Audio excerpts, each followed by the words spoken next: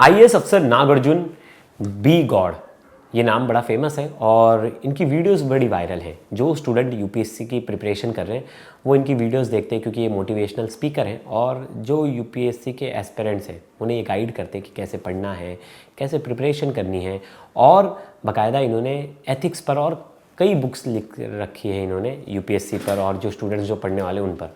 अब ऐसे में इनका नाम तो काफ़ी ज़्यादा था और सोशल मीडिया पर इनकी वीडियो वायरल थी, लेकिन अब इनके ऊपर एक आरोप लगाया जा रहा है और सोशल मीडिया पर इनकी ट्रोलिंग हो रही है। किस बात को लेकर?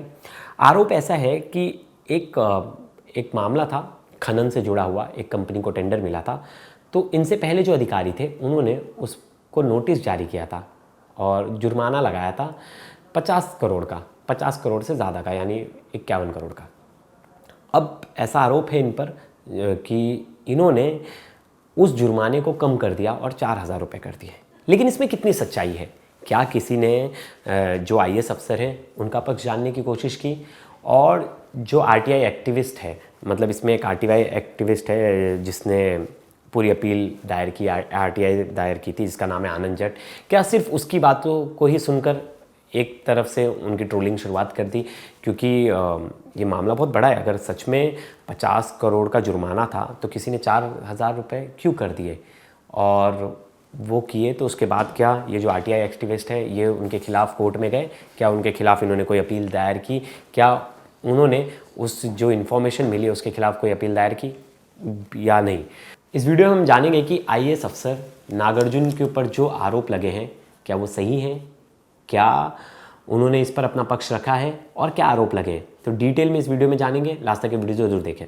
नमस्कार, मेरा नाम है प्रवेश पांडे और आप देख रहे हो क्राइम तक। आईएएस अफसर नागार्जुन बी गौड़ अब एक बार फिर सुर्खियों में है।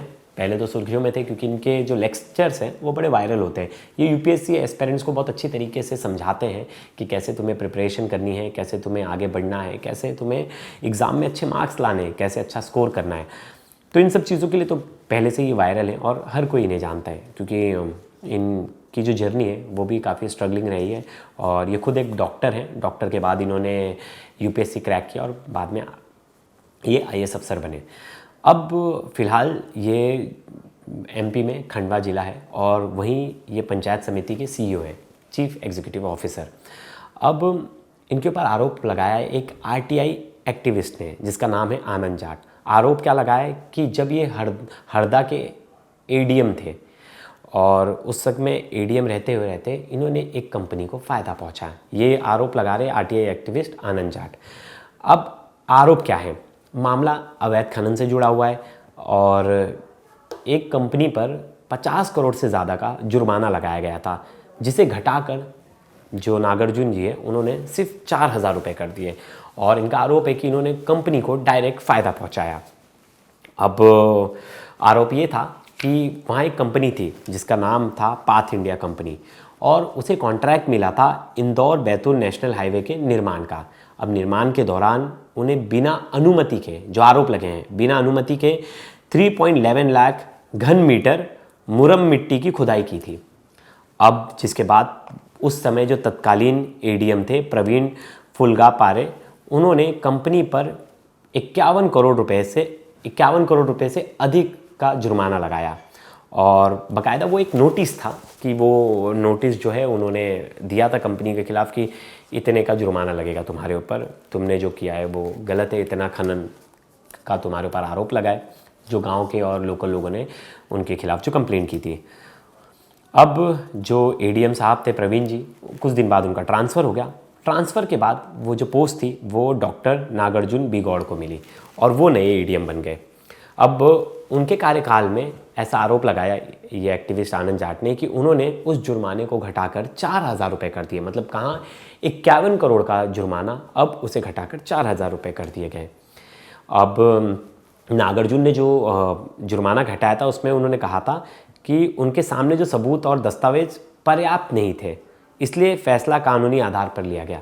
बिल्कुल वो कह रहे हैं कि जो सबूत और जो तथ्य हैं उसके आधार पर मैंने फैसला लिया और मैंने जुर्माना घटा दिया। उनका कहना था कि पिछले एसडीएम ने सिर्फ नोटिस जारी किया था, जुर्माना नहीं लगाया था कई खसरा नंबरों पर कंपनी के पास पहले से ही परमिशन थी। तहसीलदार की रिपोर्ट में खनन के आरोप साबित नहीं हुए थे।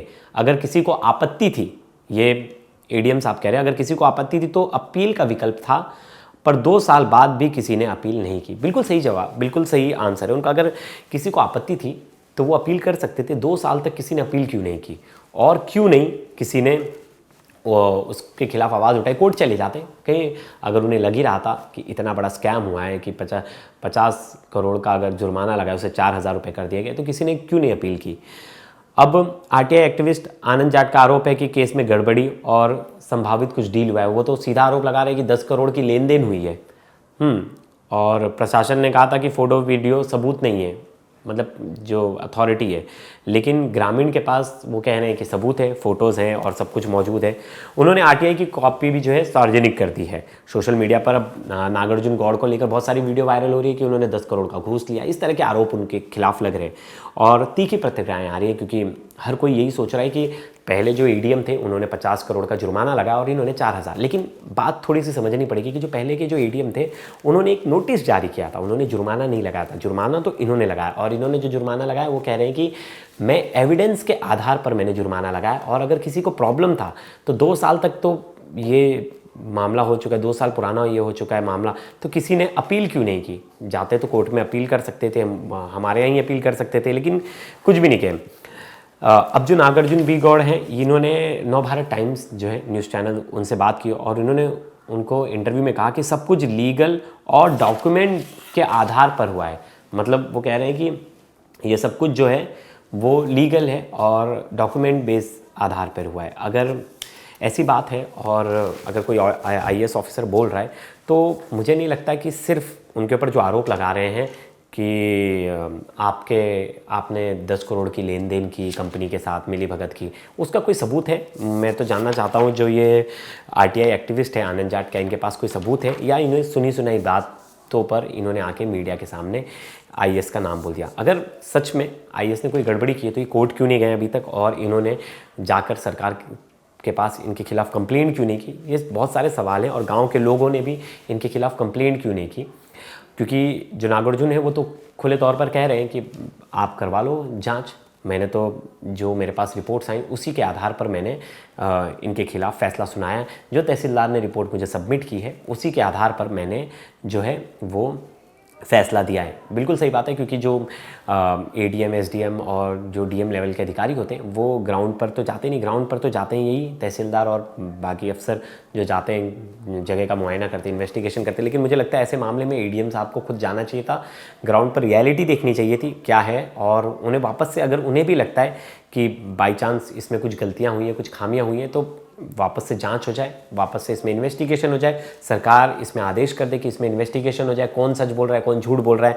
ये जो आरटीआई एक्टिविस्ट हैं आनंद जाट, क्या ये सही बोल रहे हैं, या जो एडीएम साहब है वो सही बोल रहे हैं, दोनों जांच बिठाई जाए। और एक, क्योंकि ये मामला बड़ा है, अगर खनन से जुड़ा मामला है और पहले वाले एक ऑफिसर को लग रहा है कि इसमें गलती हुई और वो 50 करोड़ का नोटिस दे रहा है, और दूसरे ऑफिसर को लग रहा है नहीं, इसमें कोई पर्याप्त सबूत नहीं है इनके खिलाफ, और वो इन्हें एक तरह से 4,000 का जुर्माना लगाकर छोड़ देते हैं, तो वो कहीं ना कहीं बहुत ही गहरी बात है।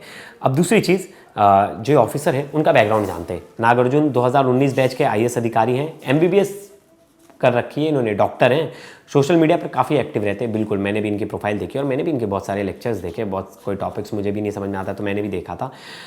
लेखक और मोटिवेशनल स्पीकर हैं, यूपीएससी अभ्यर्थी को गाइड करते हैं, पहले भी विवाद में रह चुके हैं ये, लेकिन अपनी सोशल मीडिया एक्टिविटी के लिए जाना जाते हैं, और एक बार और ये विवाद में रह चुके थे किसी चीज़ को लेकर, और इन्होंने सोशल मीडिया पर उसके बाद इन्होंने अपना वो बढ़ा लिया, और इनके लेक्चर्स जो हैं वायरल होने लगे, बच्चे इनको सुनने लगे। अब जो इनके ऊपर आरोप लगा और जो सोशल मीडिया पे ट्रोलिंग हो रही है, मुझे लग रहा है वन साइडेड ट्रोलिंग है। अभी तक किसी ने नागार्जुन से बात नहीं की थी, तो एक मीडिया संस्थान ने बात की। मैंने भी उनका जो नंबर दिया गया है, जो सरकारी नंबर जो उन्हें मिला हुआ है, जो वो सीईओ, बतौर सीईओ जो उनके वेबसाइट पे, मैंने उस पर कॉल करने की कोशिश की, मैंने 2 बार फ़ोन किया, लेकिन किसी ने कॉल उठाया नहीं, तो उनसे बात नहीं हो पाई।